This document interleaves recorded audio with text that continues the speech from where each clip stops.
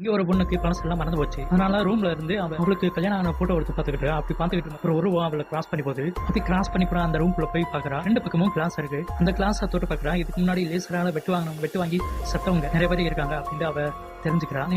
அந்த டோரும் க்ளோஸ் ஆயிடுச்சு. ஒரு லேசர் அவகிட்ட நெருங்கி வருது. அவளும் மேல ஜம்ப் பண்ணி காலெல்லாம் மேல தூக்கி வச்சுட்டா.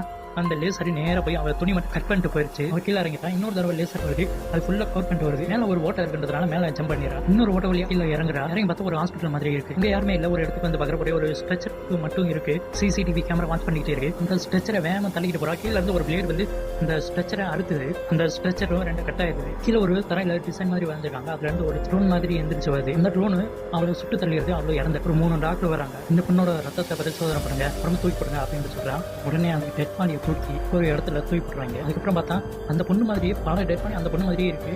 அந்த பொண்ணு இருக்கிற இடத்துல ஒரு வேலி இருக்கு. அந்த வேலிக்கு அங்கிட்டு சாம்பிஸா இருக்கு. அந்த பணத்தை திங்கிறதுக்கு அத்தனை சாம்பி இருக்கு.